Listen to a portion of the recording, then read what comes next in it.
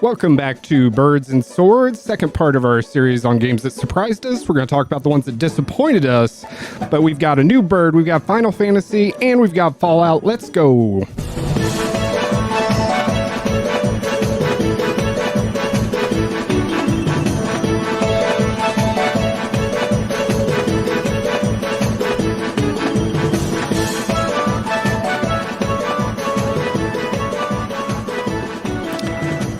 All right, so there's a lot going on. Yeah. A lot going on. We were just sitting down to, talk about games that disappointed us, but a lot of things have happened since then.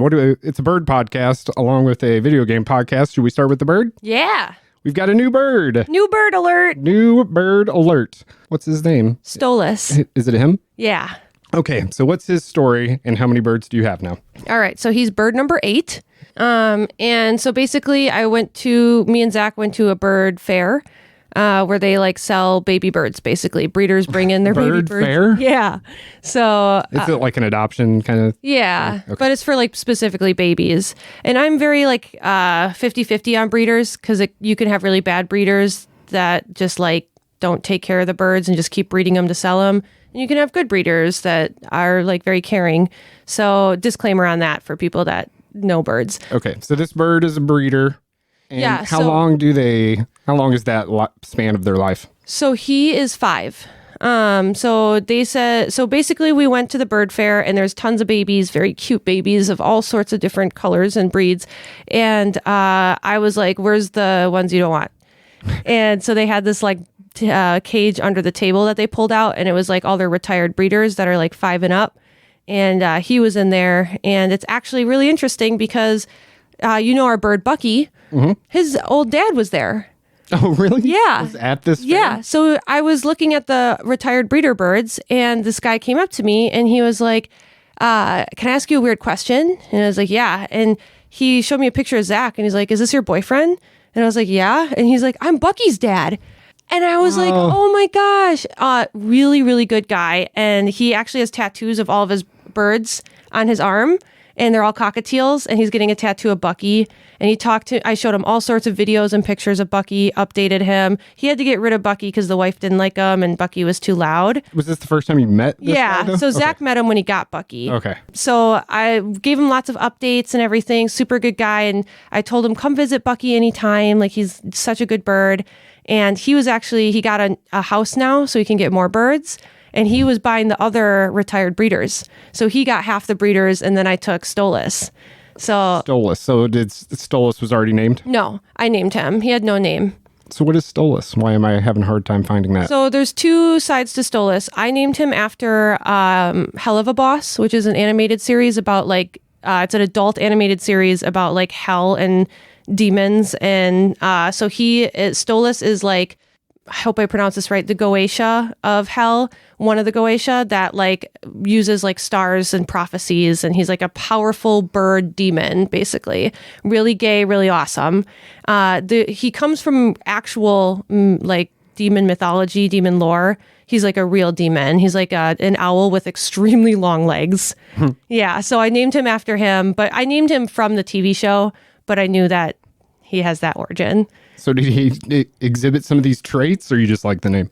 He just looks like a Stolus. He looks he's very gentleman, royal, demon king, demon prince vibes. So and he's all gray or shades of gray. He's a lighter version of Merlin, really. But he has more gray on his face than Merlin did. So he's a few shades lighter, more on the face, and he has a racing stripe on his head. The other option was Lightning McQueen. That'd have been funny too. I probably prefer Stolus though. Yeah, I love Stolus. He's such a good bird. He just does his own thing, minds his own business. The one thing I don't like is they clipped his wings. So I don't think he ever learned how to fly. So we're working with him on that. So when they clip their wings, what does that entail? They clip the ends of the flight feathers, so they can grow back. They have to grow new flight feathers, but they clip them so that they can't fly. So they basically just fall if they try to fly. So their wings aren't as long? Yeah, it's just the flight feathers, but I am super against clipping birds' flight feathers because they're birds. They're meant to fly. And when I was little, I did clip my bird's wings, but I was 6. I didn't know what I was doing. Kind of like declawing a cat. Yeah, it's just not humane. It doesn't hurt them, but it takes away what makes them them. So he can't fly at all? No, so not till his flight feathers come back. So right now when he wants to follow the birds, like when they fly to the floor, I have to pick him up and put him down by them. And when he wants to go back to the cage, I pick him up and put him on the cage. So he's like a little like handicap, Yeah. So how did the birds adjust?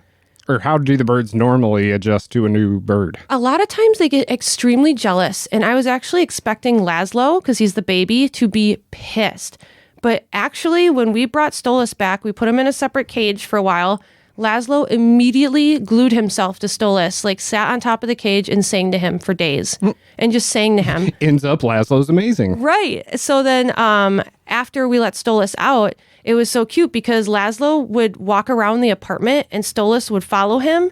Like Laszlo was showing him around. He would like stop and kind of like turn to Stolas.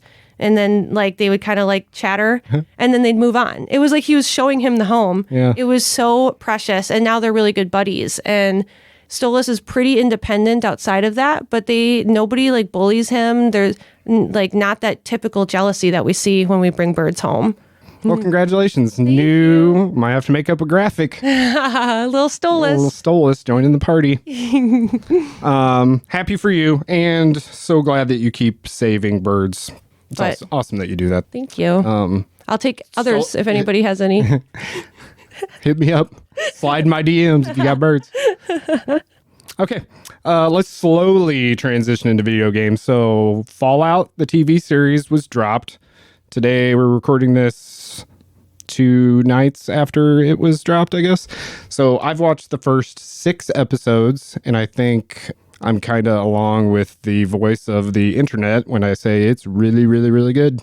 It's really good, especially if you've played the games. But I think it also kind of works like The Last of Us to where if you haven't played the games, you're still really going to enjoy it. But the amount of fan service that's there is so good. The soundtrack, the sounds, it's just really, really good. So I know you've, seen the trailer and that's about it? Yeah, I saw the trailer, and you actually showed me the opening sequence before we recorded. And I mean, I never played more than a couple hours of Fallout 3. That's it. But I watched Zach play, and a lot of my friends are huge fans. And I think Fallout has an amazing fan base. So I am really excited for this. It looks incredible. I think they capture the vibe of Fallout perfectly. Like just like that very like satirical tone to the games that it's so fucked up, but it's funny. Yeah. There's a lot of dark humor in it, which is apparent in the game as well. So there's definitely dark humor. They kind of transferred that over. Todd Howard, who everybody knows, Mr. Bethesda, he is an executive producer on the show, kind of like The Last of Us did the same thing. I forget his name. Christopher something. Sorry. Where he had a lot of creative input into the show, which, I think is important. Yeah. So Todd Howard's in there, and you can tell all of the, kind of the same kind of storylines or stuff you saw in side quests, because a big part of Fallout is it's how interesting its side quests are.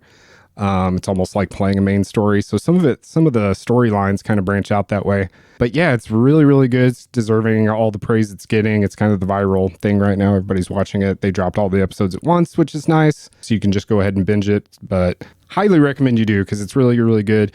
I'm a huge Walton Goggins fan, who plays the ghoul in the show. Amazing. He's one of the central characters. And then like I was telling you, if you guys haven't watched it yet, it's kind of 3 main characters and how their storylines like intertwine.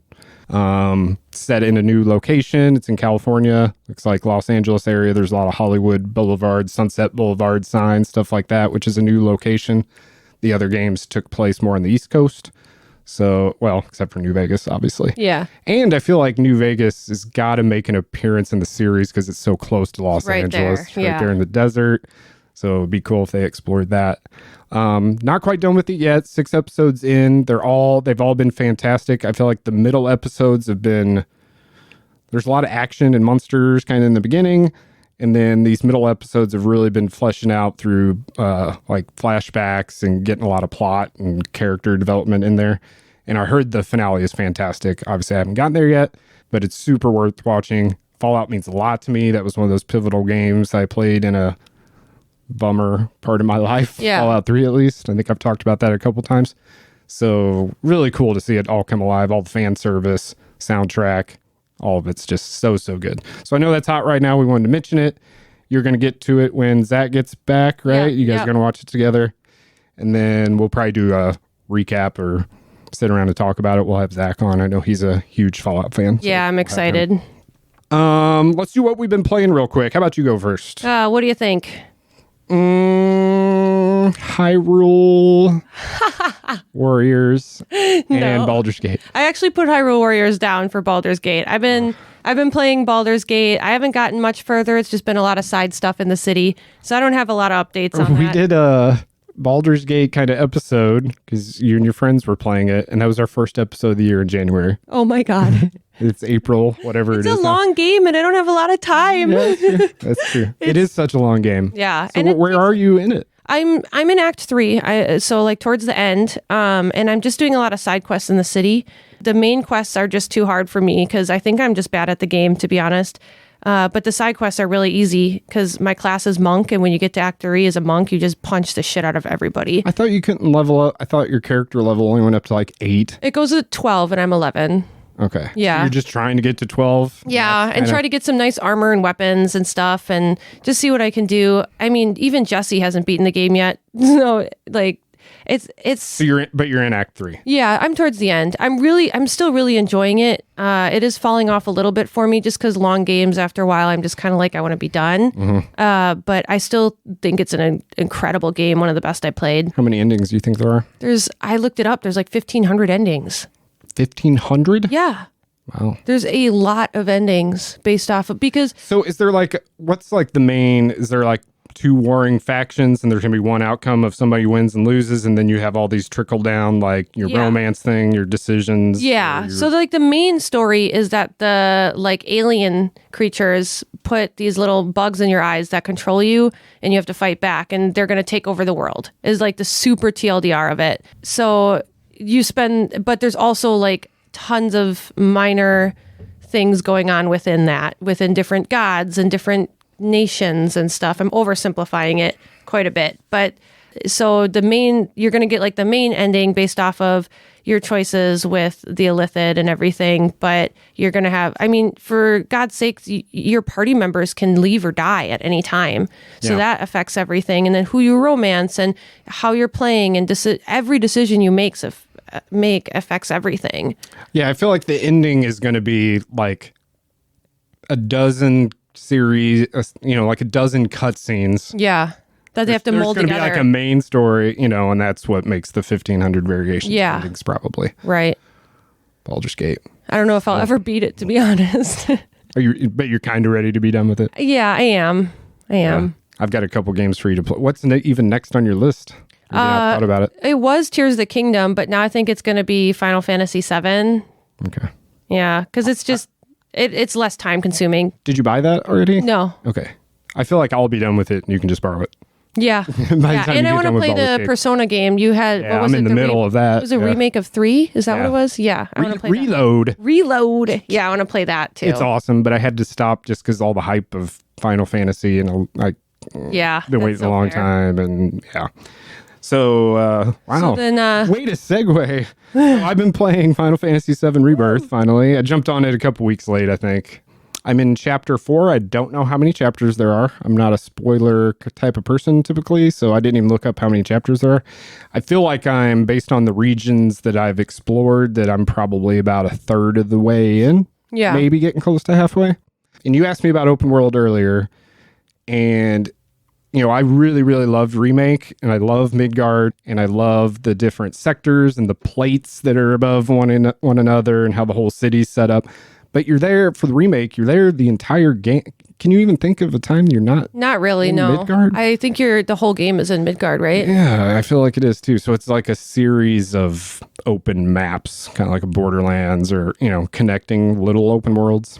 And I guess Rebirth's kind of the same way because it has regions, but it's so refreshing to be outside and there's green grass and, the ocean front, and you can explore and ride chocobos. Yeah. And, find collectibles and side quests, and you can collect world intel. It does have the thing that all games have where you climb a tower and then it unfogs the region kind of thing.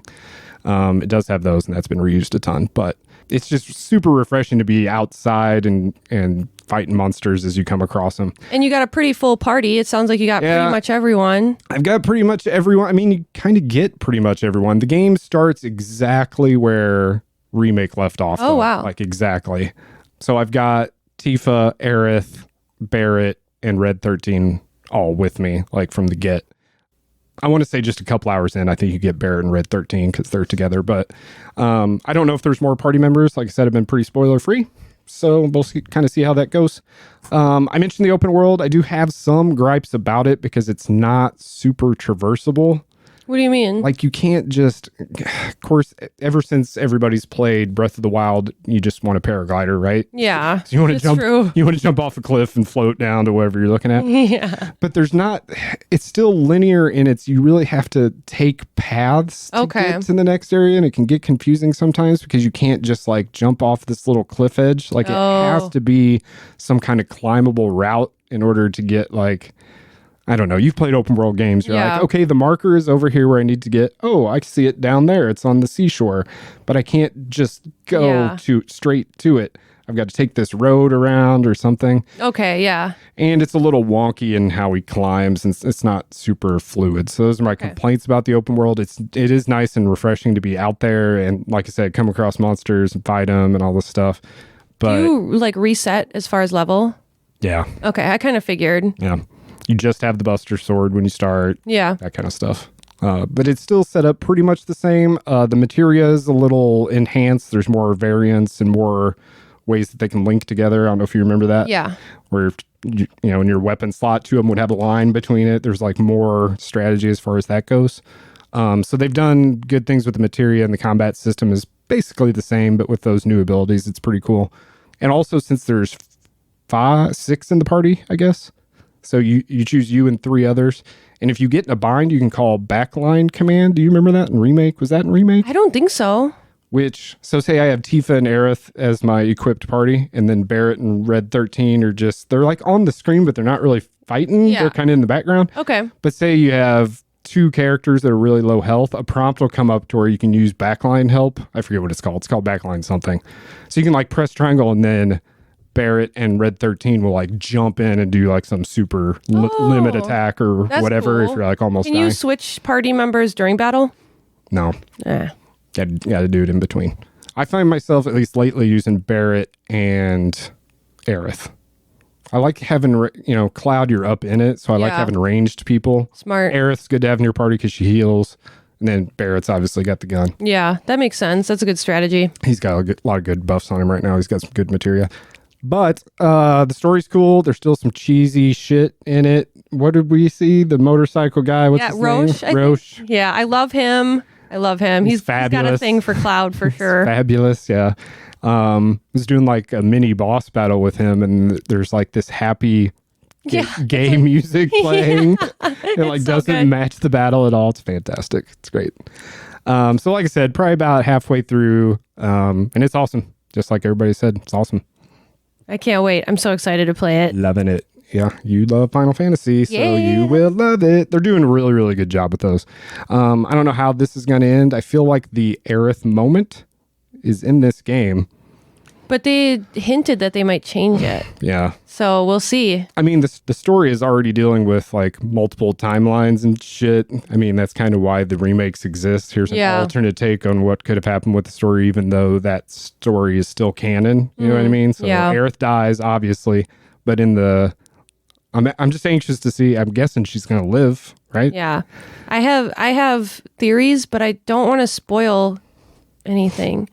Based on, because if it's about the original Final Fantasy the original VII, Don't Level Aerith is like the joke of the century, but those that didn't play the DLC with Yuffie and saw the ending, I have theories about that with Aerith's main scene, and I don't know if I should talk about it. Okay. So we'll go with your gut. We're not going to talk about it? I don't think so.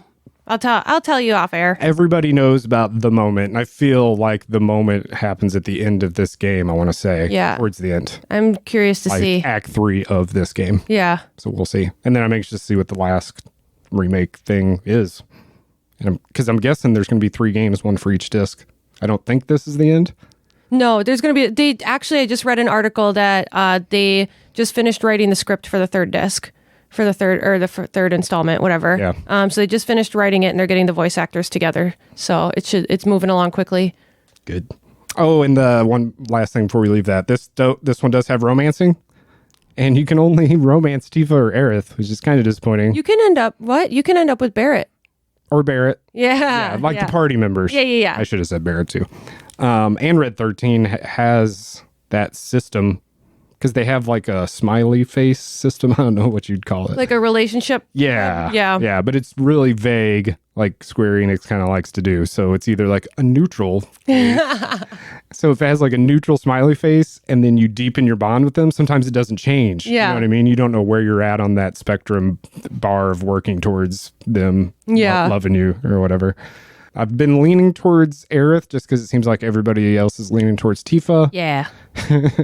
Which I heard before I played the game. They were like, a lot of people were like, how it's so hard to not romance Tifa. And I felt like it was only because of some dialogue options. Like you can accidentally say the wrong things. But that's not why they say that.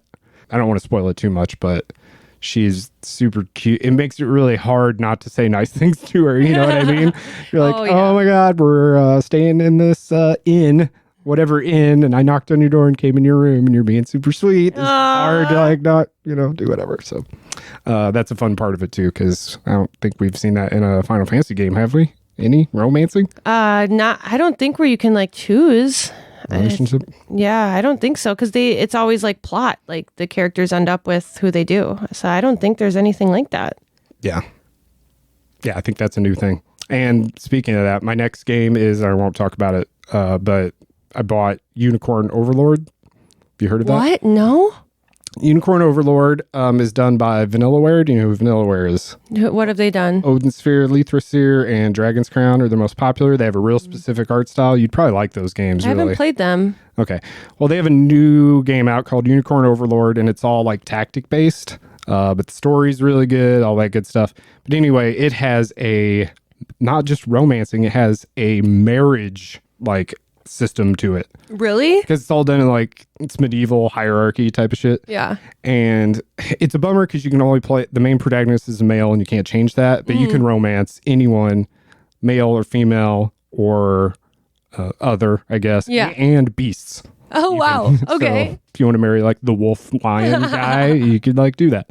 But it has like you can get married and apparently it affects the game. So interested. Exciting. Okay. Can't wait to hear about that one. Dig in and check that out. Unicorn Overlord. But a lot of people are liking that one too. Maybe a little more under the radar. All right. So that gets us caught up. Let's take a quick break. We're going to come back and finish up with games that surprised us. We're going to talk about the Want-Wants. Surprised us by disappointing us. Sorry. That's all good. Let's do it again. So we'll get into those right after this.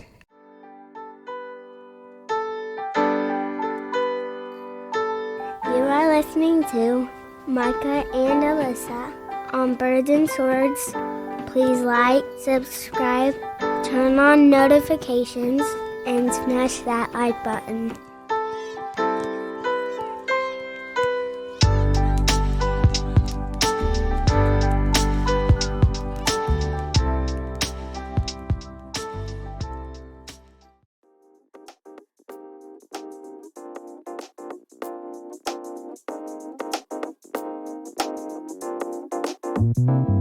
Thank you to BetterHelp for sponsoring this episode.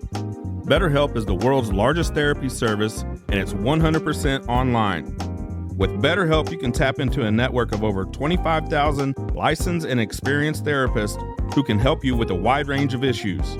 To get started, you just answer a few questions about your needs and preferences in therapy. That way, BetterHelp can match you with the right therapist from their network.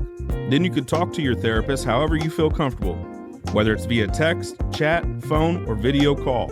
You can message your therapist at any time and schedule live sessions when it's convenient for you. If your therapist isn't the right fit for any reason, you can switch to a new therapist at no additional charge. With BetterHelp, you get the same professionalism and quality you expect from in-office therapy, but with a therapist who is custom-picked for you, more scheduling flexibility, and at a more affordable price. Get 10% off your first month at betterhelp.com/thebarn. That's BetterHelp, HELP.com/thebarn.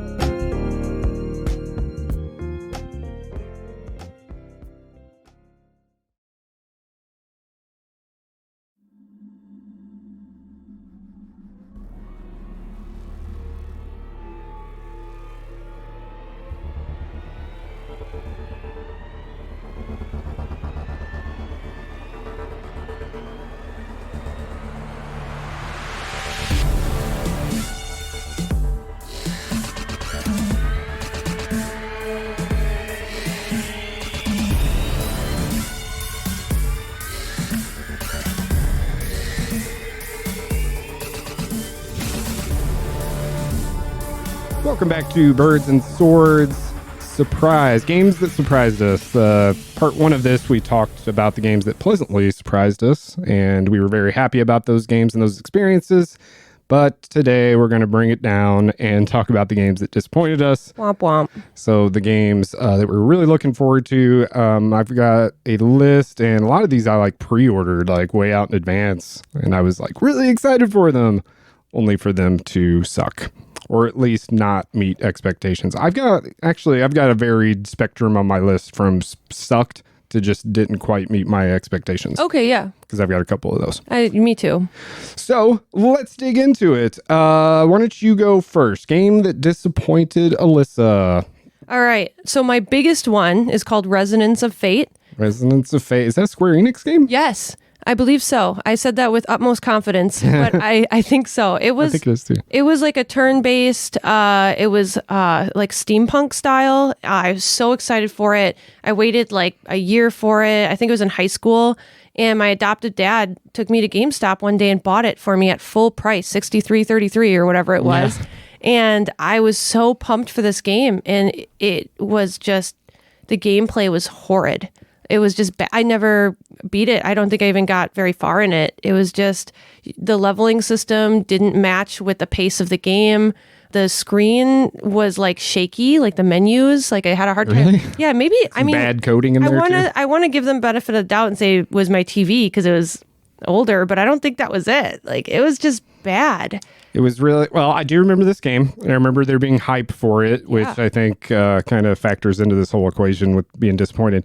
Resonance of Fate, actually made by Sega, so kind of not surprising that it sucked, because Sega can either be really, really good or be really, really bad. It's like there's no middle with Sega. Yeah, super hit or miss. Yeah, and I remember that game, it came out on, it was a PS3 and Xbox 360 game. That was in the era of all games were like brown. Yes, you know what I mean? It was very brown. And very, it was one of those, like it, I felt like, and it was kind of a Japanese art style, anime-ish. It was anime-ish, but it was kind of like colorful. Final Fantasy, where it was like anime-ish. You know what I mean? Yeah. Like the style wasn't full anime, but the Americanized or something. Yeah. And they had really cool character designs and cool world, and there was so much potential, and it just let me down in every way. And the fetch quests were so boring, and hated it. So he bought it for you just out of the... Not for your birthday or Christmas? No, he heard you talk about it or something? I think because the GameStop, the West Bend GameStop was next to Walmart, and we had done like a Walmart run, and then he was like, do you want to go to GameStop? And I was like, oh my gosh, I'm so excited for this game. And he just bought it for me because he was being like really nice, and I was like guilty for not liking it. I like tried to make myself like it. Did you finish it? No. Natasha did. Try to finish it to validate the purchase? I did. Yeah, Natasha bought it around the same time too, and she beat it, and she said it wasn't even worth the time. Like she was like, you don't need to beat it. Sucks. So everything sucked about story, gameplay. I don't remember the story too well. Must not have been good. Yeah. It was just so underwhelming. Bummer, dude. Yeah. Tony Hawk's Pro Skater 5. Oh. Huge Tony Hawk fan. Tony Hawk's Pro Skater 5 came out like a decade after the series had stopped making games. So we're like, oh my God, a new Tony Hawk. But it was handed to a new developer, and they tried to like capture the old essence of the old games.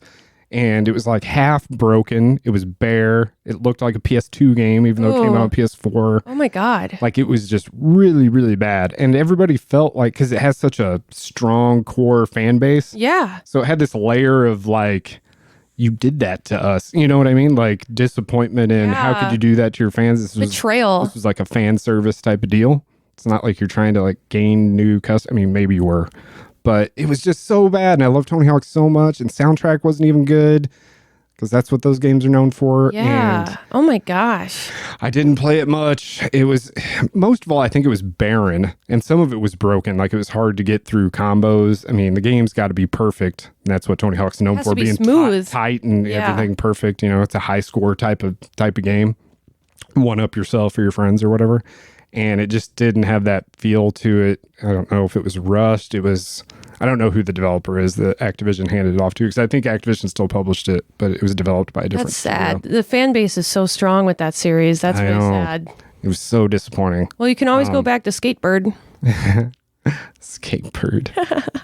That's probably better. The graphics are probably better too. That's what I remember about Skatebird is like everything is just like an image. Yeah. You know what I mean? Like there's a book on a shelf, but it's just this like a photo. Square image. Yeah. Or whatever.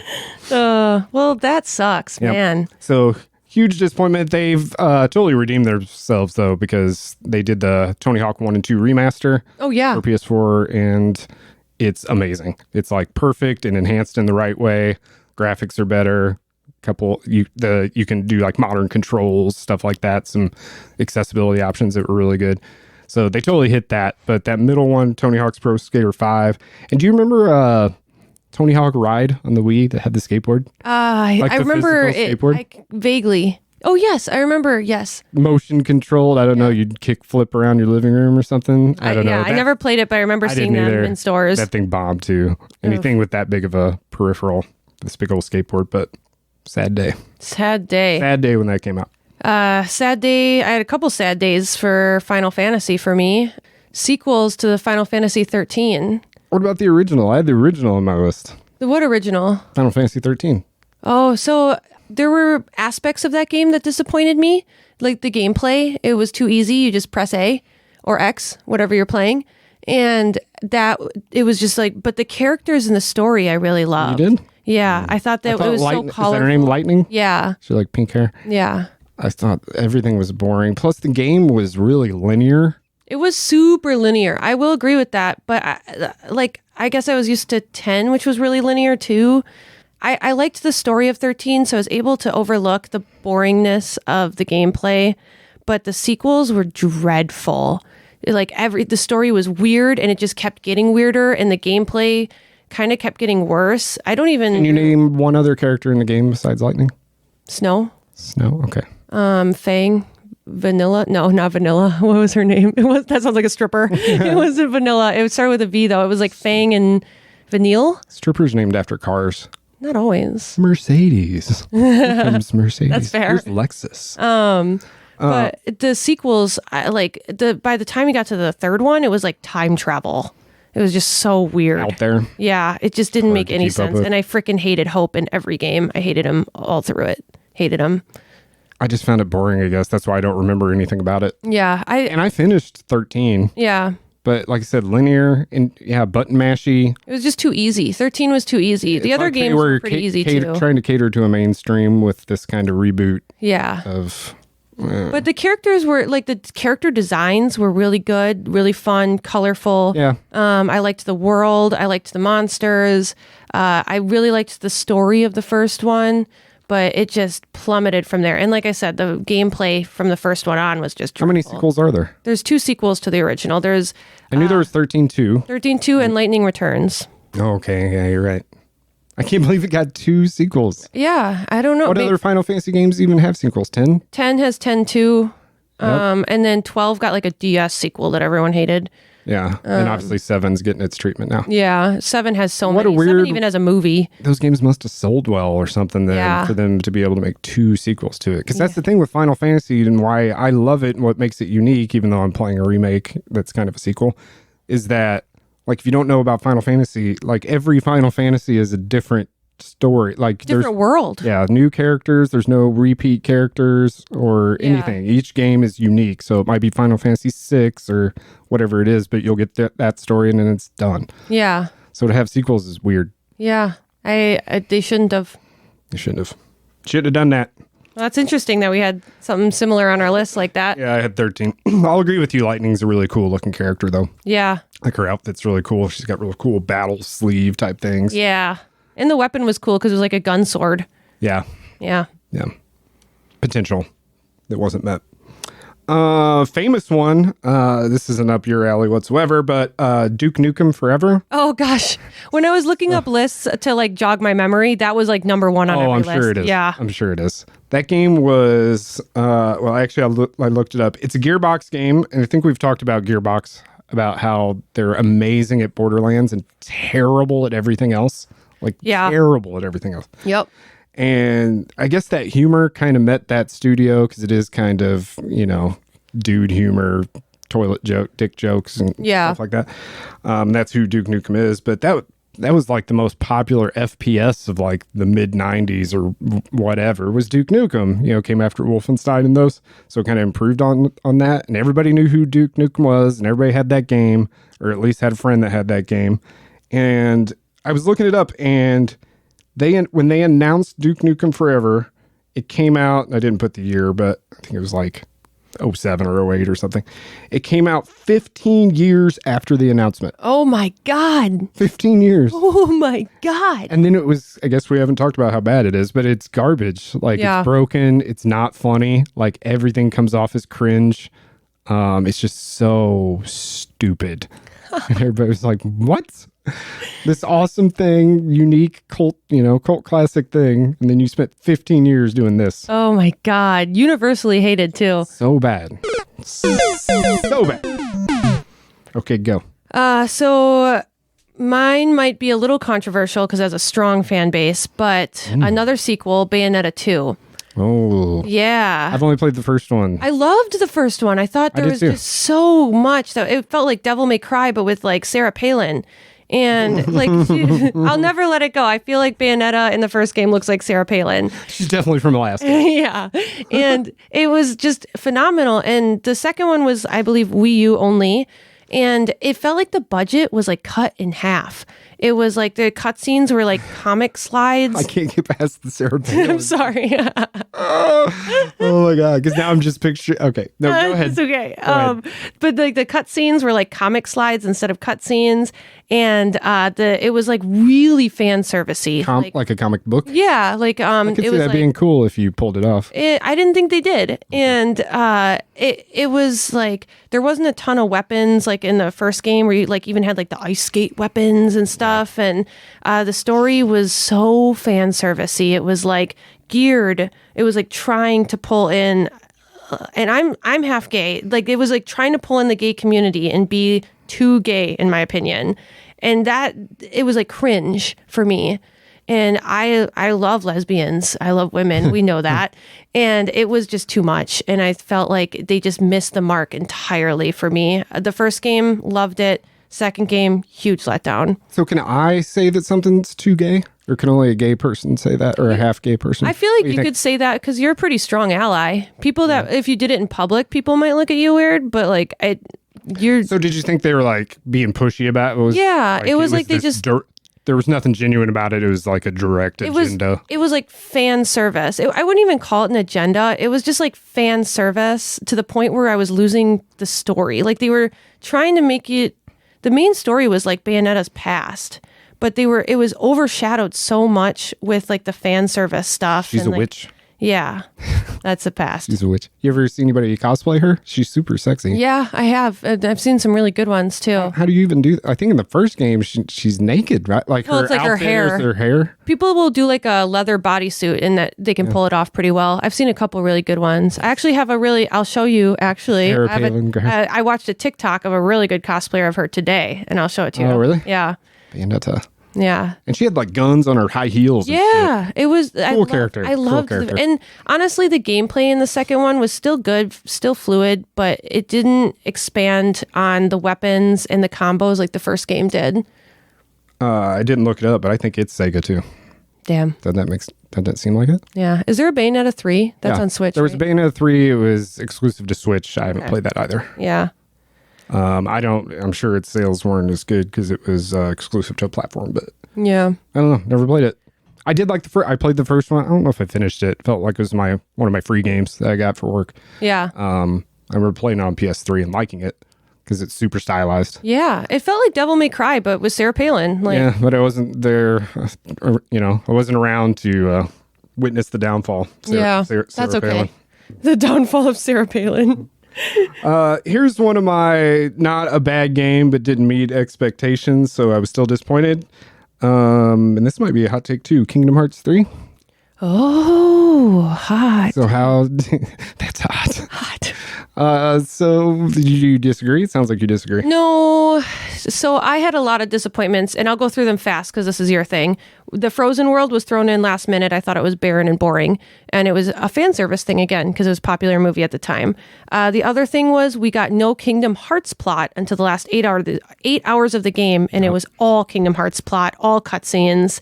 Up until that point, it was just Disney. So I felt like they didn't do the pacing well, and it was too easy.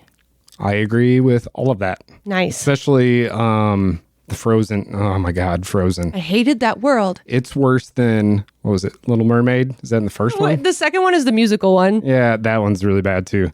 But at least you get to like play a rhythm-based change of pace thing, I guess. I don't know. Frozen's so bad and cheesy and kind of barren. Yeah, it was for sure thrown in last minute. Just overall the game, and I think partially that's some bias to waiting a long time and it being hyped, and you can say you're going to limit your own expectations, but you still can't because you love to so much and you've been waiting for so long. I had high expectations. Yeah, and it's not bad. It's not a bad game. It's fun. You get to do everything you love to do with Sora and his forms and your party and some lovable characters and all that good stuff. But and I did enjoy Toy Story.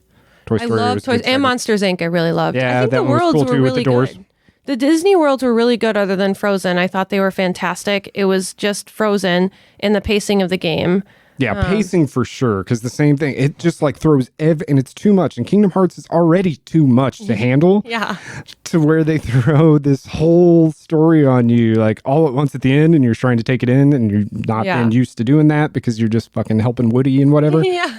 But it throws it all at you right at the end, and no Final Fantasy presence whatsoever. Which was a bummer. There might be Moogles. I think there's still Moogles. I think there was. But that is the only thing I can think of. There's definitely no characters. Which was a huge disappointment because I was looking forward to Final Fantasy returning. And I think the game's been out long enough, and sorry to interrupt you. Do we have an answer to that question as why there aren't Final Fantasy characters in it? No. We'll have to look it up after. I bet there's some kind of something. I think what's creative decision. What's interesting about this game too is if you had asked me what I thought when I was playing it, I would have said I love it. It's fantastic, everything I hoped for. But after I beat it and the hype died down is when I kind of realized, no, that kind of wasn't what I wanted.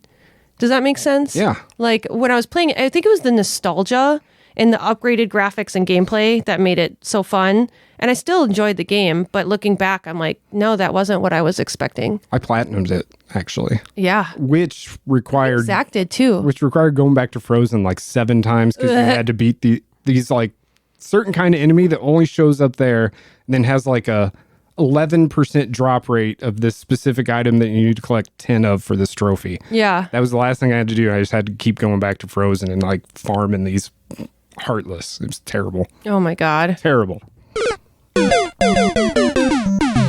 All right. My next one is We Happy Few. Ooh. Which was so disappointing. I really was looking That one had a lot of hype at whatever show it was revealed. People are like, whoa, look at that. It was like a commentary on society, really. Like, take these pills and see the world in a different way. It was also had the, what's that book, 1984 vibes. Oh, Orwell, yeah. Yeah, and... it looked like BioShock. Yeah. Art style and stuff. Right. It looked... And it was a game that, like, learned as you played kind of a thing. So if you died, you couldn't do the same thing twice. It just had a ton of mechanics and every story that everybody was excited Looked really interesting. There was drugs, right? You take the pill to see the world in a happy way. Yeah. Otherwise, you saw how it really was, which is such an incredible concept. And again, I felt guilty because Natasha bought me this game for Christmas at full price. And I played... Why'd all your gifted games I know. end up being disappointing? I know. And I played it for a few hours and it was boring. It was honestly just boring. That's how I felt too. I just was bored. And the collectibles, like every game has like collectibles or things you can find. And when you find like the pages that kind of give you the lore or whatever, it's just endless. You're reading forever. It's like Skyrim, but Skyrim was a good game. Yeah. But it's just like endless. And it was just boring. It was boring. That's really my only take on it. I didn't get very far. Couldn't be bothered. I'm trying to think how many. And I don't even think it's a long game. I bet it's like 8 hours or something, and I still didn't finish it either. I didn't get far at all. I was so bored. I think we were expecting it to be BioShock. Yeah. It wasn't. Huge It was like letdown. this BioShock clone. But yeah, I mean, it had everything going for it. Like when you watch the trailer, you're like, fuck yeah. Yeah. It looked amazing. That's my jam right there. And then, nope. Not even, Another letdown. not even close. Not even close. All right, I'm going to keep on the same theme as I did with Kingdom Hearts, kind of. Overwatch 2, Oh, good one. which is really, well, part of my complaint is because it's really just Overwatch. Because Yeah. we lost Overwatch. But they took the fun stuff out for people that aren't competitive. Yeah, so they released Overwatch 2, and you can no longer access Overwatch 1, which is fine. It's mostly, well, it's not fine, but it's a repeat of the same heroes for the most part. It's kind of like a huge DLC, Well, like DLC, I yeah. guess. But I wish they would have left the first one. But fell flat, and I was excited, and I did have some fun with it at first. And I bet, like, if we went in the other room and played it right now, we'd probably have a pretty good time. Yeah. But it's almost like they dicked us around because the microtransact, like, remember, I think it has loot boxes. I know I'm just rambling about this. No, I don't think it does. Not from like gameplay. Because that was Yeah. the first thing I noticed was The level up loop and rewards changed, and that's what made it so addictive. took away. Yeah, I was gonna say it took away the addiction of the game. Yeah. Yeah. Yeah, I need my pills, my Overwatch pills. But that was different because to get skins or like the legendary skins that we used to randomly get out of a loot box, or we used all the coins that we had built up from playing online matches and we could buy them, were now all like real money. And not only real money, they were like $20 at first. Yeah. And then they only lowered them to like $10, but I'm not paying $10 for a skin. No, couldn't be me. And they were always so good at, the skins were always so unique and creative or tied to an event or a time of Yeah. year, whether it was Halloween or Chinese New Year was always one of my favorites. That was a good one. They started charging for that stuff. And the launch was horrible. Like I couldn't even get into the game because you had to like Oh, yeah. verify your phone number. People didn't know how to do it. Yeah, and you had to text. Mine, and- it just kept saying my number wasn't real. And I was like, I'm holding my phone. It's a real number. And we even like tried getting a hold of support. Like nothing would work. So I couldn't even play the game at launch. I had to wait until they fixed that bug. Like it was just dreadful for the beginning. Yes. I had forgotten about that. Yeah. Because I think you had to like go online to figure out how to do it. Like the game didn't tell you how to do Yeah. it. You had to like go online and be like, oh, you've got to go here and then click this and do this and log on the website and have them send you a text and whatever. Yeah. Terrible. Huge letdown. They also promised PvE, which is like story mode against whatever at launch. I don't even know if that's out yet still. Yeah. The game I don't know anybody that even plays it anymore. Like when I it don't first either. came out, there was people that was like, oh, I still enjoy it. Now nobody I talk to has anything to say It about is it. fun. Like the engine's still awesome. The balance is great. They were always good at that, balancing out so anybody could play. No heroes were really that much stronger than the other ones. But like I said, we probably still have fun. And part of that might be Overwatch burnout because I think you and I both played it a lot. Non-stop. So it's like, I'm good. Yeah. So that timing was probably kind of bad too. Yeah. This one is really hard to talk about because it's from my favorite series of all time. Can I try to guess? Is it Final Fantasy? I already went through Final Fantasy. Zelda's right. It's a Zelda game. Is it one of the Hyrule Warriors? It's not. Can you believe it? Okay, go ahead. Spirit Tracks. Oh, yeah, that's a train one, right? Yeah. First of all, I have a thing with like the train stuff is just really weird. It was just like Thomas the Tank Engine shit. And Yeah. it was just weird and so childish. Like, I mean, it was the sequel to Wind Waker, which was child themes, but still an adult game. Like, Do you think if it would have came out on like GameCube on a TV, because it was a handheld only, it was a DS game, right? You think if it would have came out on a TV, you would have enjoyed it more? no. No? No, I thought it was just weird and boring and dumb. I didn't like it. It is dumb. I haven't played much of it. I probably I beat it. Oh, you beat it? I beat it because it's a Zelda game and I 100%ed it. I did everything, unfortunately. I just hated every minute of it. I want all of that life. And like, and was it Spirit Tracks or Phantom Hourglass where you had to blow in the DS to play the instrument? Oh, yeah. I don't know which one it was, but my DS was not registering it. So I was like, blowing on it was so ridiculous. Your mom's like, what the hell are you doing? Yeah, like, I didn't even know the DS had this function. I'm playing a game. Yeah, huge letdown there. Oh, gross. I just have a couple more real quick. Saints Row the Third. Oh, interesting one. Saints Row 2 is like the pinnacle of Saints Row. Yeah. Saints Row the Third, everything starts to deteriorate right after that. So that's a quick mention. Along with the show, I know it's a lot better now, but Fallout 76. Oh, yeah. Which was the online thing, pretty bare at launch. Temper expectation. We probably know more about that kind of game as a service thing now. Yeah. To where we know when it comes out for the first time, it's not going to have a ton in it. But I'm a huge Fallout fan, like I said. So going in, I was really excited. And there really wasn't a lot to do, and the structure is different. And I was just like, where are the quests? Yeah, Zach struggled with that too because he wanted to like it and he tried to like it and he like couldn't. It's like, I just want to go explore because that's the best thing about Fallout. I want to go explore and meet people and start these weird, obnoxious quests and... Yeah, huge letdown. Soaked in, and there's none of that in it. Fire off a couple of mine. Gone Home is an indie game. It's just the way it was presented to me. It's like first person exploration in like a spooky house. It was presented as like something really scary and like kind of like a horror game. So maybe it was just how it was told to me. It wasn't scary or anything. It was just like you finding out why somebody left the house through like letters left around.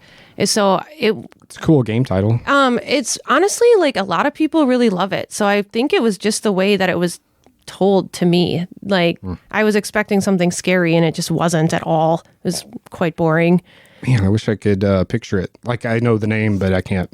Yeah, it was. It was fine. Then Assassin's Creed Unity.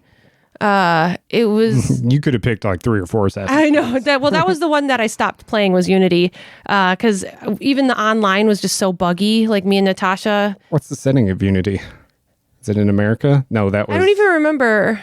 That was 3, I think. I don't even remember, to be honest. Revolutionary War. Unity. I don't even remember. Go ahead. You and Natasha. We tried playing like the online and it was too buggy to even play together and it was boring and it felt like a regurgitation of the other games, but not the best parts. So I just got bored. I never even beat it. Paris during the French Revolution from 1789 to 1794. Yeah, I didn't get very far. It just was boring compared to some of the other games that gave me so much. Yeah, because the first two were Italy. And it's almost like that's a less interesting version of being in Italy and jumping around from rooftops and there was like potential crazy there. Italians, you know. Yeah. So that was that. And then I have one more, The Last Guardian. That was one I was... Yeah, Shadow of the Colossus and Ico. Yeah, and I was so excited for this game. I used to get the Game Informer magazines mailed to my house, and I would rip out the pages of The Last Guardian and hang them on my wall because I was so excited for it. And it took years to come out, and when it did, the mechanics just weren't there. It was like... I would look up like, why am I solving this puzzle wrong? But I was doing it right. It just wasn't registering in the game. It was just buggy and bad and slow paced. And it's interesting that game had tons of hype and I was excited for it too. Like I said, Team Ico, the team that made Ico and Shadow of the Colossus, which are both like amazing all-time games. The other interesting thing is it got delayed a bunch of times and then it came out and it still wasn't finished. Right. I don't know what happened. Something with employees, probably, but... Their ambitions, I think, were too high. Like, they wanted this character, the Guardian, to be like AI, you know, like respond to the settings in you like an actual creature. And the technology just wasn't there. And I think that they just said, fuck it, let's give it a try. And I didn't end up liking the creature either. Yeah, the Guardian, right? It put me off that it was too... Because it's like bird, I like fox. I thought it was cute. It's like 3 different animals. Yeah. And I felt like it came off as just kind of, you know what I mean? I don't like, he's only got feathers over here, and then he's got like a cat head. I liked the design of, I think that was the Guardian. I liked the design, but it just, the gameplay was just dreadful. Yeah. I never And it was a lot of that puzzle platforming type of stuff. Yeah. And it's like, why isn't he following me? Right. Yeah. And nothing was registering, and it was just not working. Not working. well, everybody gets a dud because their other games are Fantastic. Go play those. So I'll end it with so Mario's the king of video games, right? So what Mario games have been disappointing? What's that one? Dreamland or whatever. The one it's turn-based. It was on the DS. I had the special Mario DS that came with Dreamland. I think it was called Dreamland? I don't know. Kirby has a Dreamland. No, maybe it was Dream something, and it was turn-based, and it was so bad. And I remember this game so vividly because when I was in the hospital for going septic for the mole they removed from my butt, that's all I could do was play that game on my DS. And so I had to just play that. I had nothing else to do. And it was just horrible. It was like, I remember thinking, like, if I die and this is the last game I play, I'm going to be pissed. It was so bad. Dream something. Yeah. You should look it up. Well, you were right on top of that, so you hate that game. Yeah. 'Cause I was going to say, how do we define a Mario game? We didn't even get there. Dream Team. Dream Team. Okay. Yes. Yeah, that's a handheld only something. So does that count? I guess it counts. It was a Mario game. Yeah, you're pretty passionate about it. What about you? I was going to go more mainstream because I really don't like the new Super Mario Brothers series because I'm old, so I like the old I like the old side-scrolling platformers.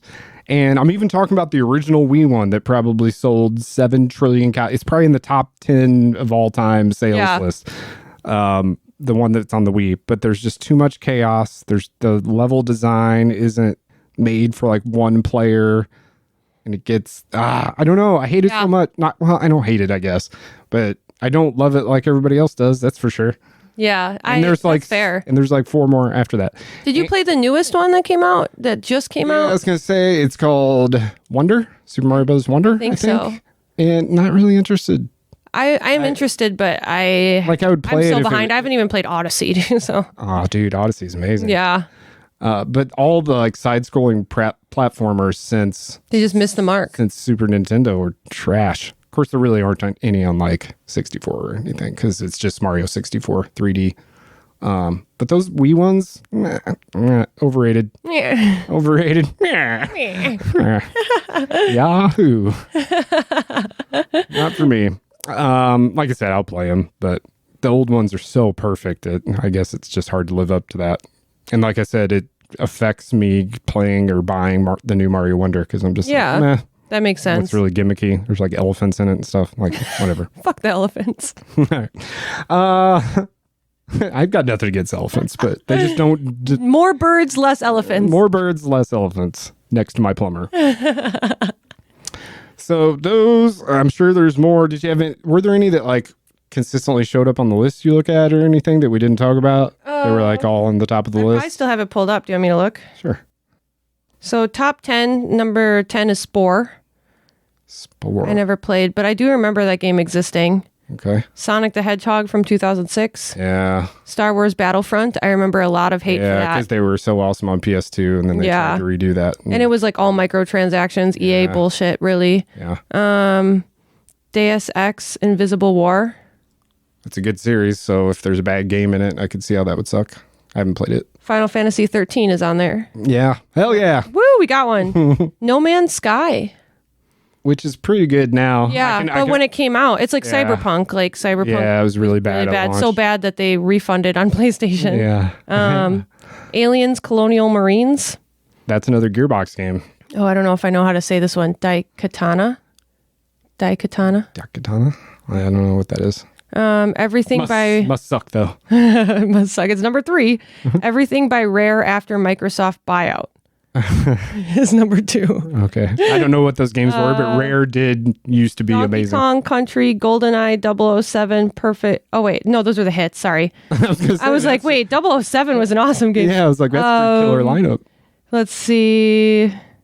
Perfect Dark Zero, Banjo-Kazooie, Nuts and Bolts. Okay. Whatever. Probably a lot of bad sequels and stuff like that. Sea of Thieves is listed on there, but Zach loves that game. That's interesting. I feel like that's another launch flop that got better. Oh, yeah. And then number 1 is Duke Nukem Forever. Yeah. Fail. It happens, though. Sometimes you get really excited for something and it just doesn't land. Hope you enjoyed our conversation about games that we've been surprised by, whether it be good or bad. I feel like I've had more good than bad still. Yeah, me too, for Especially sure. when people like recommend you games that you might not have heard about. I guess that's not being surprised, but delightfully surprised still. Yes. Anything else, Alyssa? Goodbye. Goodbye.